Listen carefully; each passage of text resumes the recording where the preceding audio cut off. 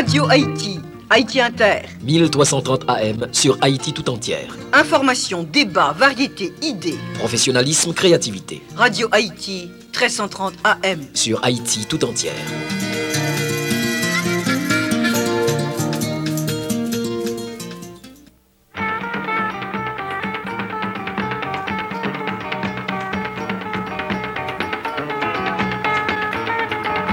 Parole la droite et gauche, parole la tête en bas, parole la devant derrière. Avec Radio Haïti, parole la clé.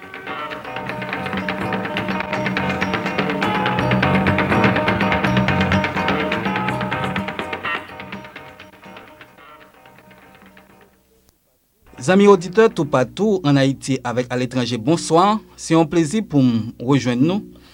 Et l'émission Parole la Palais, moi espérer semaine n'a pas trop mal pour même là nous connaissons globalement conditions pays nous difficiles en pile.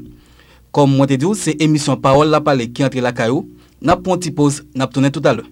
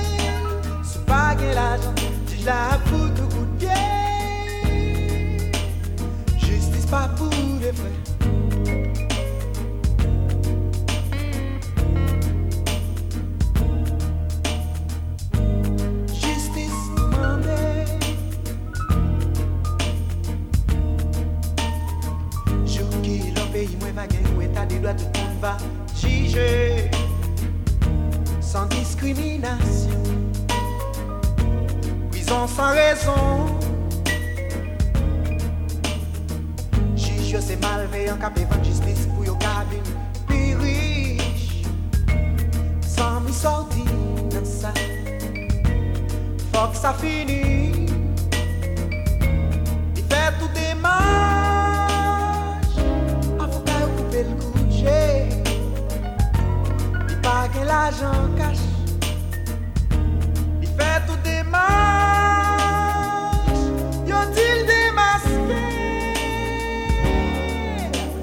Justice pas pour les faits, justice c'est pour moun qui a payé. Si pas que l'argent, juge la fout tout coup de pied. Justice pas pour les faits.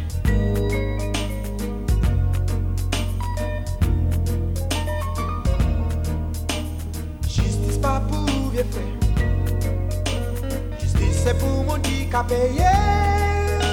C'est pas que l'argent, juge la fout tout coup de pied. Justice pas pour bien faire.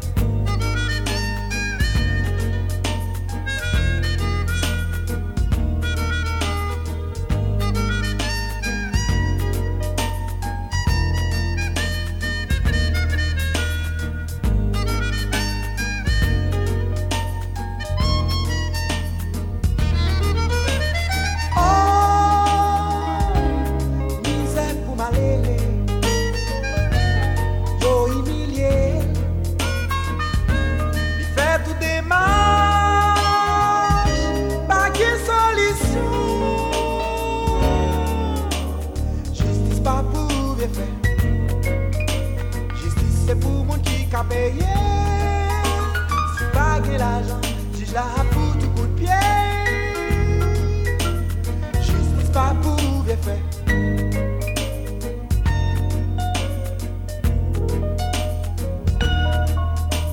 Justice pas pour bien fait.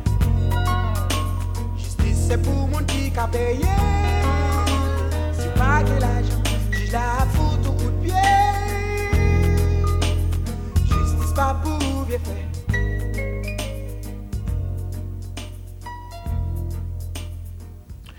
Amis auditeurs, yon l'autre fois, un gros bonsoir pour nous toutes. J'en noté pour mettre tout ça dans l'émission Jodia, n'a diffusé pour déposition ambassadeur Colin Ganderson fait jeudi 19 octobre devant le tribunal capitaine des affaires Massacre à Botoa. Ancien directeur exécutif mission civile internationale OEA ONU, pendant environ 2 heures de temps, t'es dit tribunal là, salité vive et tendée dans Massacre à Botoa. Avec photo pour appuyer salité dio. Monsieur Ganderson pas ménager dit ça la vérité pour lui dans l'événement ça. Déclaration ambassadeur Colin Ganderson là, pas en faveur du tout, nous sommes capables de dire 22 personnes qui sont accusés. Même les préciser ce tribunal là cap pour décider qui monde qui coupable dans massacre à Botoa. Monsieur Colin Ganderson, j'ai noté ce dos là, il pas parler même en faveur 22 accusés. N'a rappelé pendant le coup d'état 91-94 là, MISIVI qui c'est mission internationale OEA ONU, c'est une quelques grandes organisations de droits monde qui est capable d'aller constater souterrain avec un pile de difficultés bien sûr, diverses actes répression, maspinage, anciens militaires attachés, membres frappes qui qu'on commettre à travers le pays. Moi invite au écouter déposition en déclaration ambassadeur Colin Ganderson t'est fait devant le tribunal là, janvier 19 octobre qui s'est passé. Malheureusement, m'espérons, excusez-nous, déposition ça t'est faite en langue française.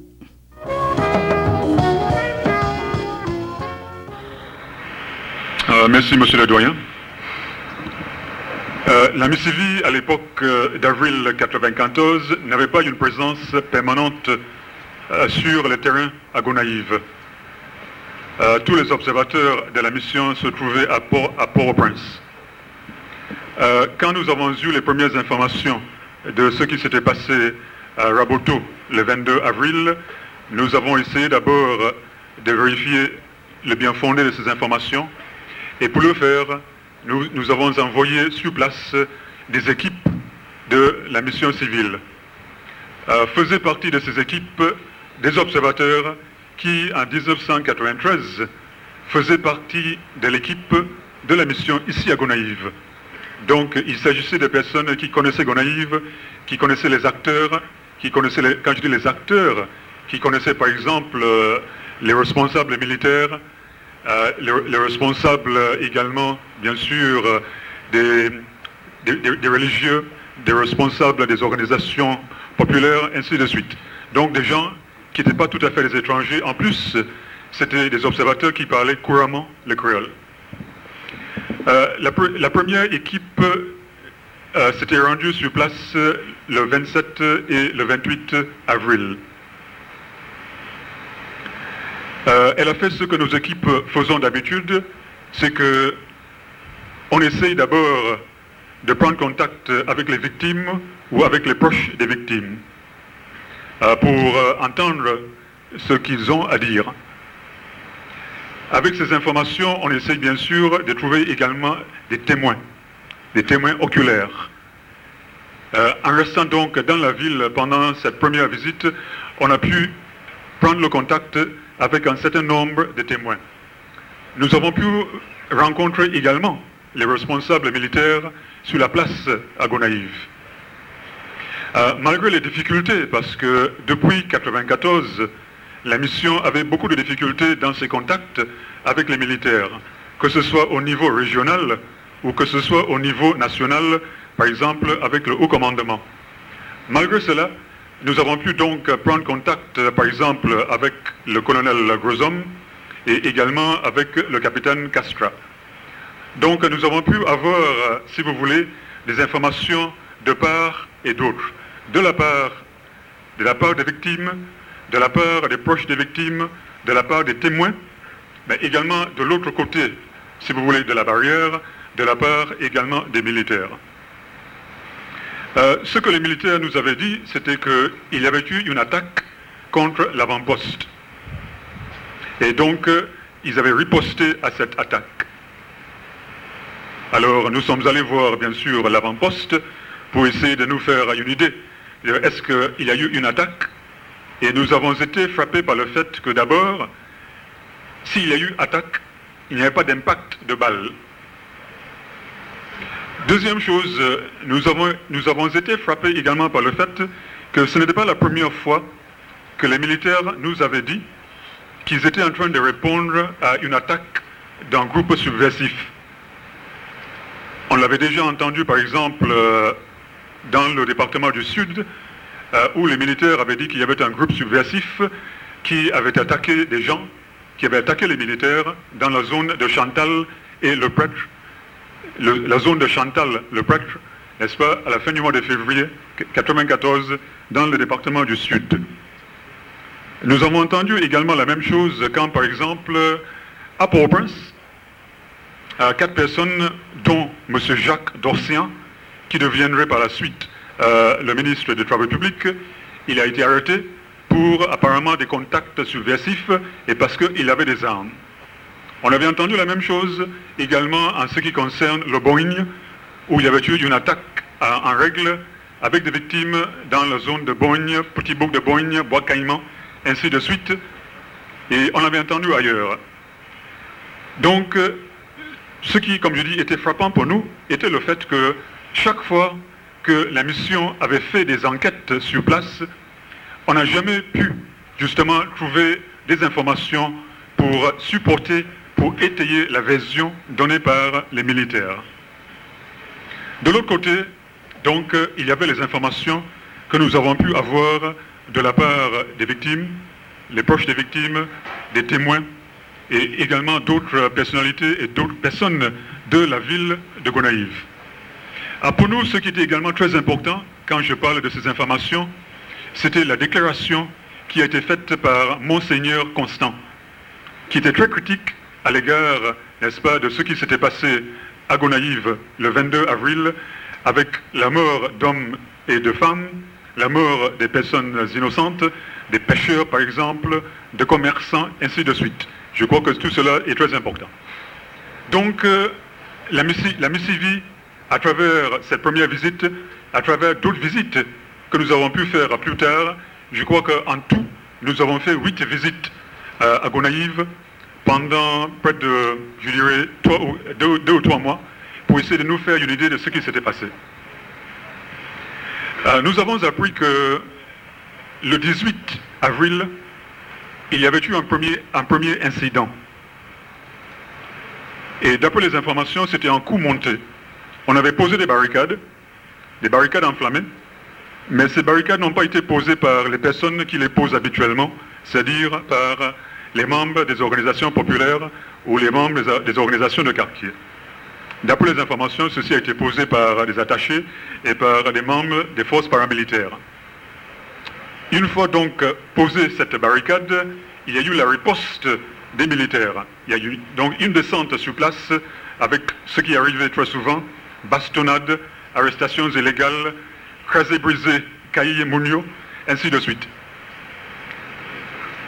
Pour nous, d'après ces informations également, c'était un effort pour mettre la main sur certains hommes clés, n'est-ce pas, du quartier de Raboto. Et quand je parle de certains hommes clés, je pense en particulier à Amio Métaillé, qui était un des leaders, n'est-ce pas, de cette époque.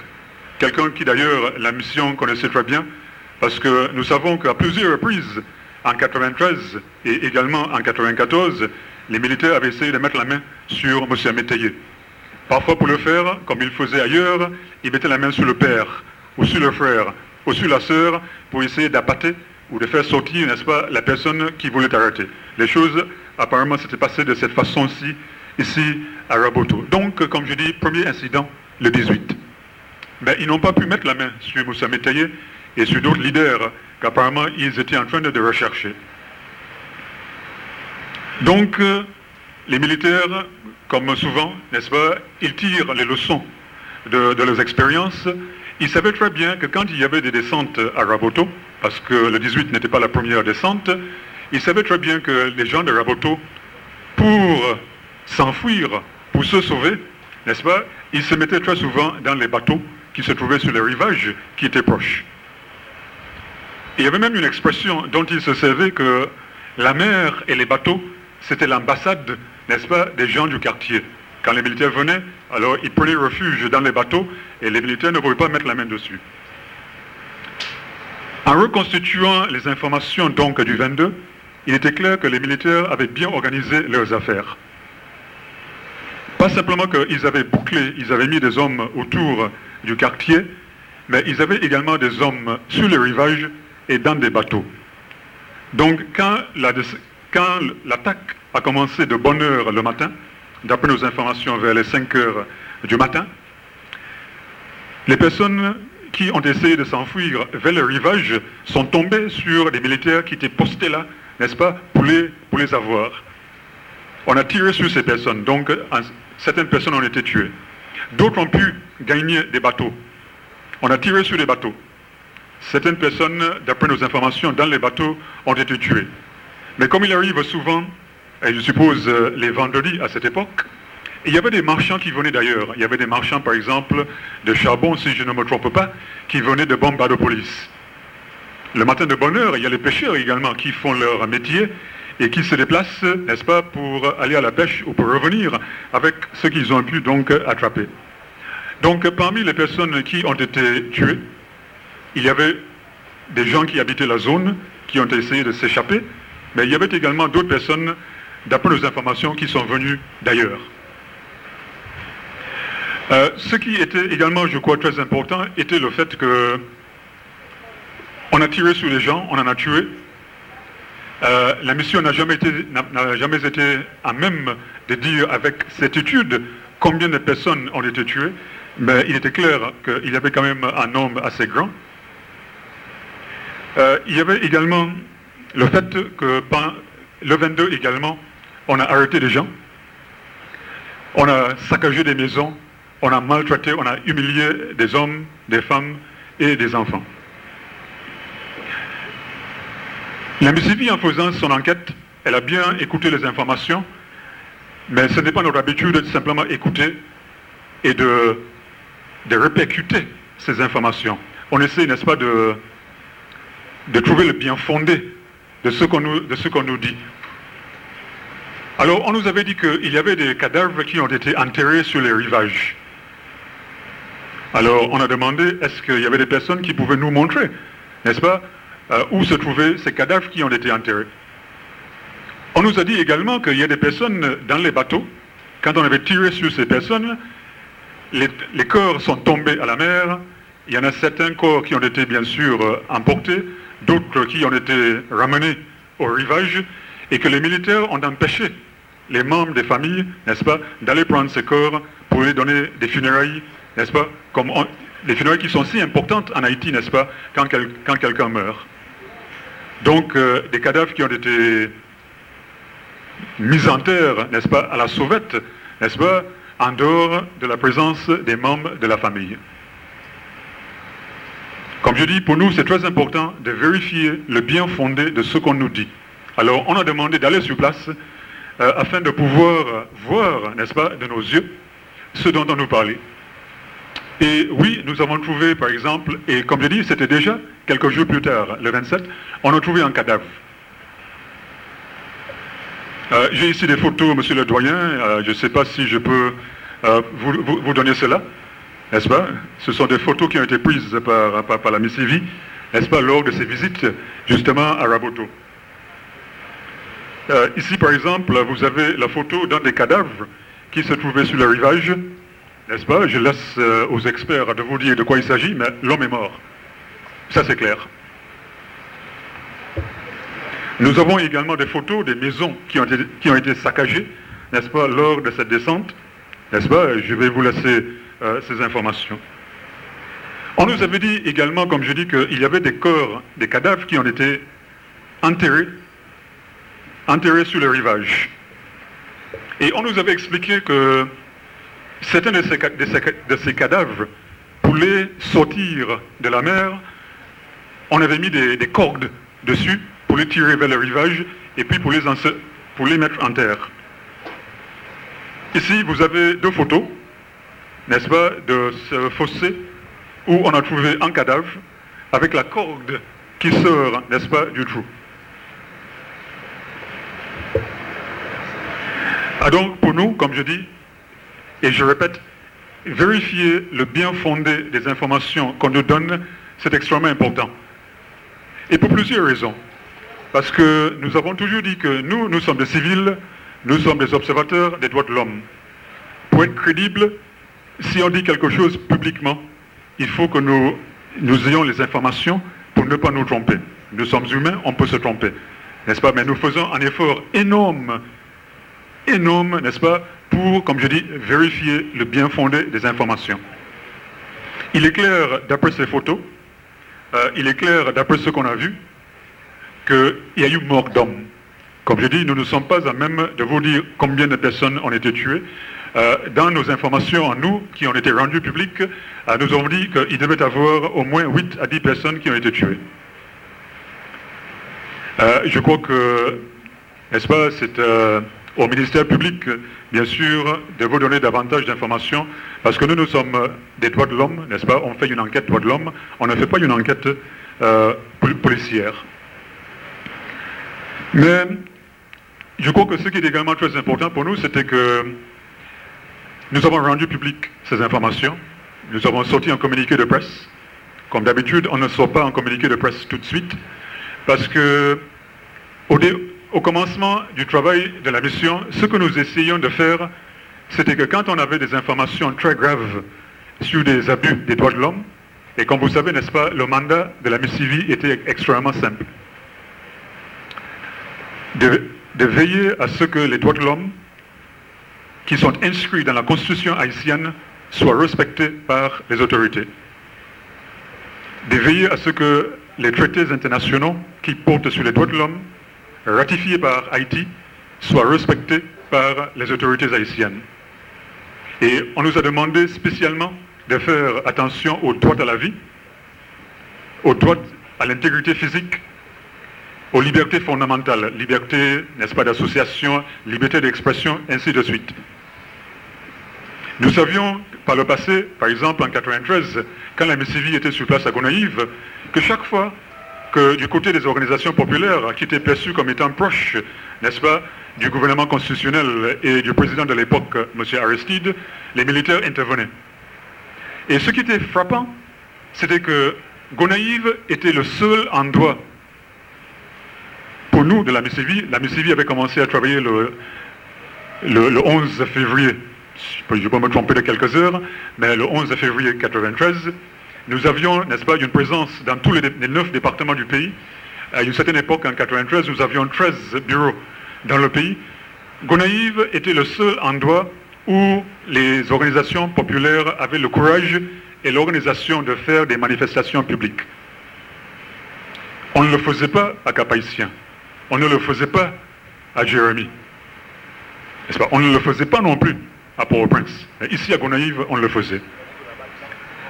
Et après l'arrivée de la MCV en mars 1993, il y a eu les premières tentatives justement de pouvoir s'exprimer, ce que permet la constitution haïtienne. Et les militaires intervenaient tout de suite.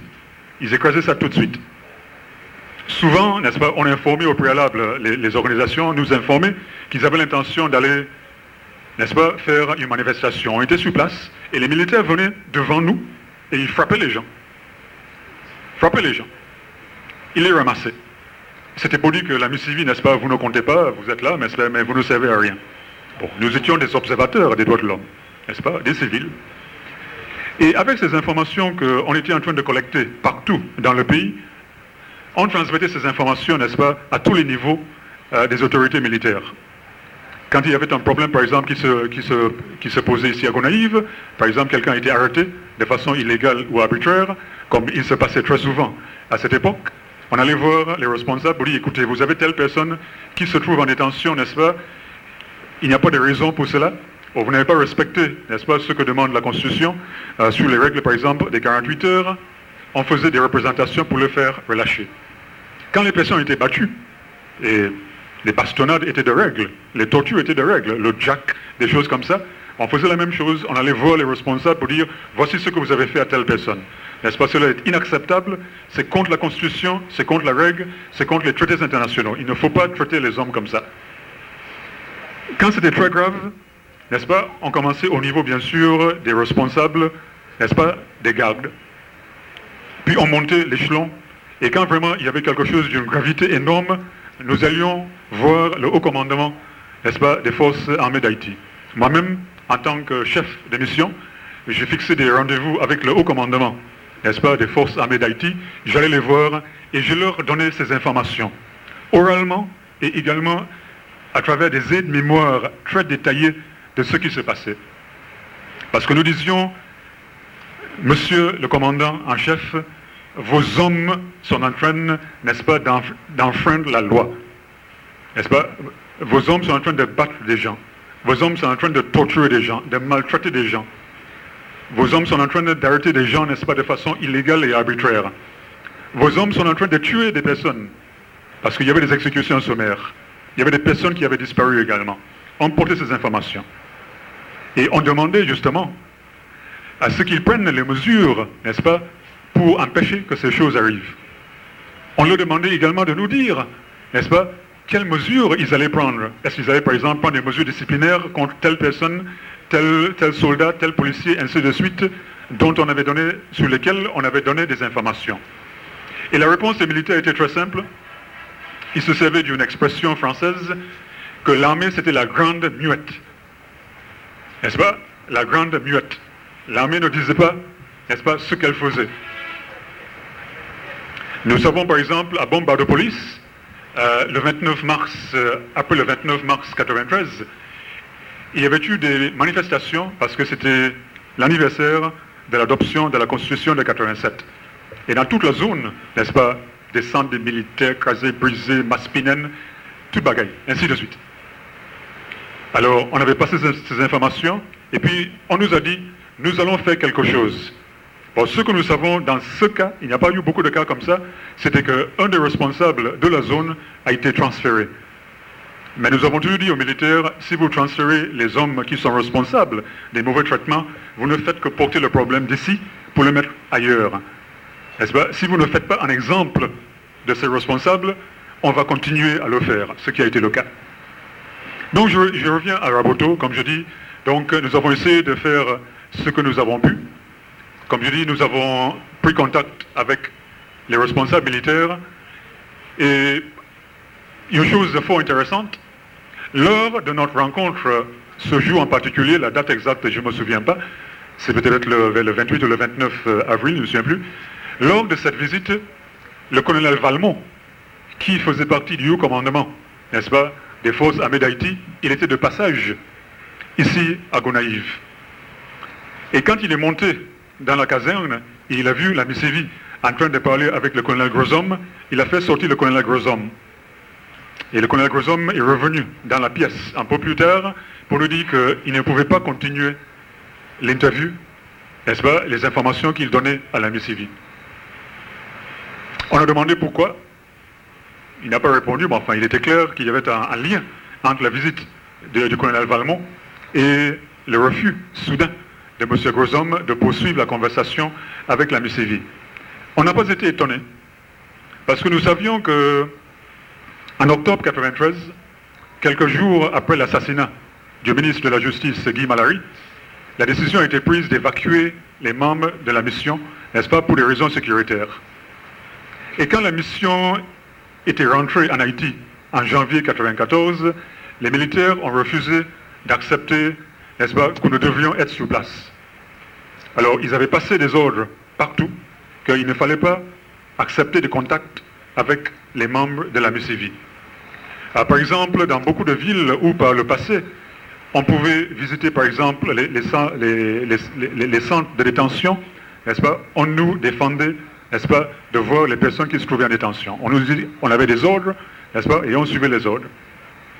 Donc, comme je dis, on n'a pas été surpris par le fait que le colonel Valmont a peut-être donné des instructions, n'est-ce pas, au colonel Groshomme de couper cette conversation avec la Missivi. Comme les choses se font souvent dans la vie, la MICIVI avait une deuxième équipe qui se trouvait au Boigne, en train d'essayer d'avoir des informations sur le même genre de situation. Les militaires qui disent qu'il y a eu une attaque, riposte des militaires, et comme je dis, des personnes blessées, maisons écrasées, personnes en fuite, ainsi de suite. Et quand on est arrivé au Boigne, on est tombé à nouveau sur... Enfin,